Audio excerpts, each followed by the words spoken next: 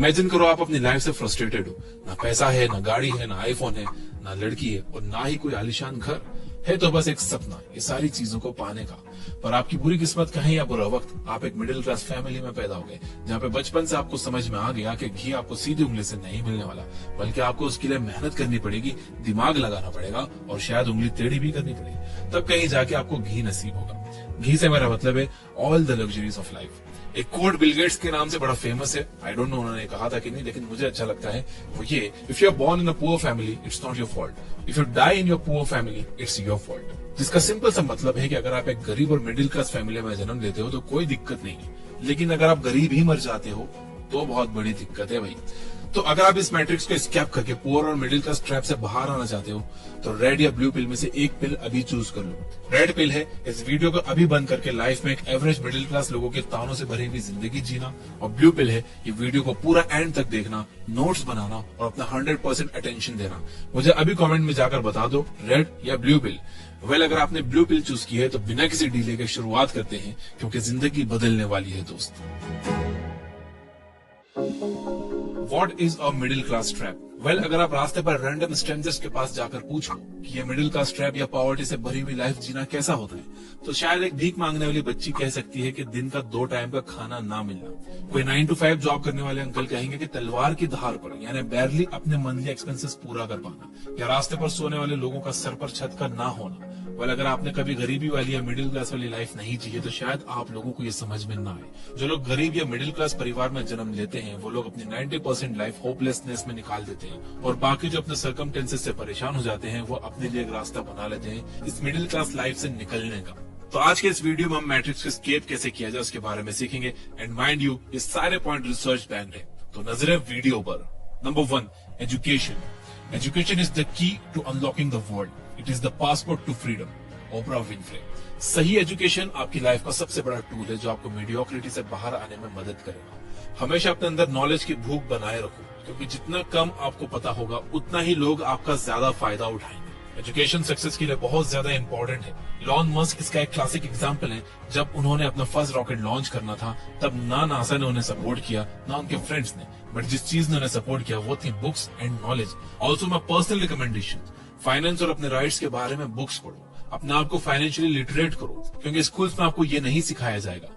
Robert Kiyosaki, Peter lynch, Warren Buffett को अपने mentors बनाओ, उनके इंटरव्यूज देखो, बुक्स पढ़ो, उनके आर्टिकल्स पढ़ो, अपने आप को उनसे एजुकेट करो, क्योंकि एक बार आपको चीजें समझ में आ जाएंगी उसके बाद कोई आपके साथ स्कैम नहीं कर पाएगा, और आपका दिमाग अपने आप चलने लगेगा कि कौन सा मूव लॉस मेकिंग है और कौन सा profit making. Number 2, develop skills. अगर कोर की बात करें तो पैसा ना होने का मतलब पॉवर्टी होता है, करेक्ट? बट मुझे ऐसा लगता है कि इट्स मोर देन दैट। जैसे गरीब या मिडिल क्लास होने का एक मतलब ये भी है कि आप स्किल्स में लैग कर रहे हो। वर्ल्ड के second highest paid actor Shahrukh Khan is a self made millionaire, और वो भी एक पुअर बैकग्राउंड से आते हैं, बट आज he is the king of Bollywood. लोग उनकी मूवीज देखने के लिए मरते हैं। आपको क्या लगता है वो सेकंड रिचेस्ट एक्टर कैसे बने? क्योंकि लोग उन्हें प्यार करते हैं, राइट? हाँ, सॉर्ट ऑफ, बट इमेजिन करो अगर उनके पास एक्सेप्शनल एक्टिंग स्किल्स ही ना होती तो उन्हें उनकी फर्स्ट फिल्म कैसे मिलती?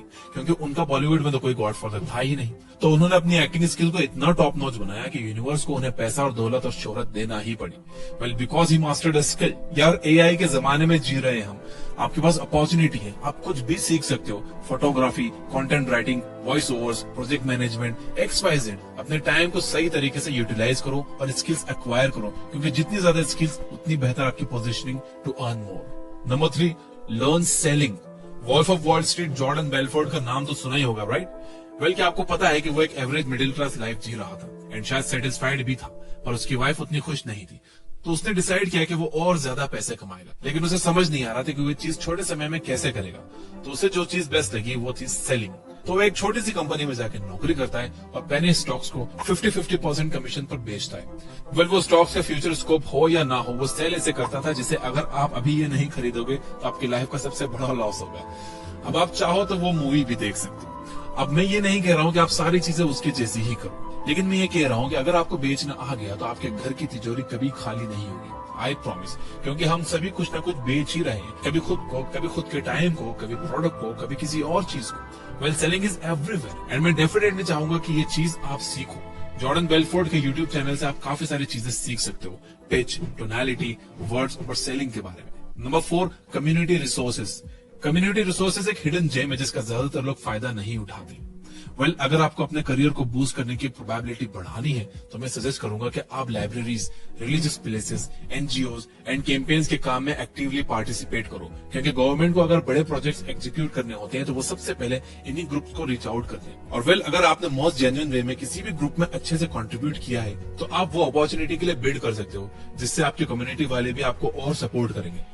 Also, it's not only about government opportunities. Instead, आपको ये कम्युनिटीज में लाइक माइंडेड लोग भी मिलेंगे जो हमेशा आपकी हेल्प करने के लिए तैयार हो। और इस चीज को सिर्फ फिजिकल प्रेजेंस तक ही रिस्ट्रिक्टेड क्यों रखना है? मैं तो सजेस्ट करूंगा कि आप फेसबुक पे ग्रुप्स में भी ऐड हो सकते हो। एग्जाम्पल के लिए आपको पेंटिंग एग्जीबिशन लगानी है तो आप एक फेसबुक के ग्रुप को ज्वाइन कर सकते हो और वहां पे वैल्यू देके अपने ऑडियंस को नर्चर कर सकते हो, जिसके बाद आप अपनी पिच भी कर सकते हो लोगों को अपनी पेंटिंग एग्जीबिशन में इन्वाइट करने के लिए। तो घर पर बैठे मत रहो, जाके कॉन्टेक्ट बनाओ और जो कम्युनिटीज अच्छा काम कर रही है उसका पार्ट बनो। Number 5, right mindset. क्या आपको पता है कि ड्वेन जॉनसन यानी कि द रॉक को रग्बी प्लेयर बनना था, जिसके लिए वो दिन रात मेहनत करते थे, बट अनफॉर्चुनेटली इतनी मेहनत करने के बावजूद भी उनका सिलेक्शन नहीं हो पाया और उनका रग्बी प्लेयर बनने का सपना टूट गया। उसके बाद उनकी लाइफ में एक ऐसा टाइम आया जब उनके बैंक में सिर्फ $7 पड़े थे और इससे ज्यादा उनके पास कुछ भी और नहीं था। आपको क्या लगता है, ऐसे सिचुएशन में उनका माइंडसेट सही नहीं होता तो वो वर्ल्ड के हाईएस्ट पेड एक्टर बन पाते? नहीं ना।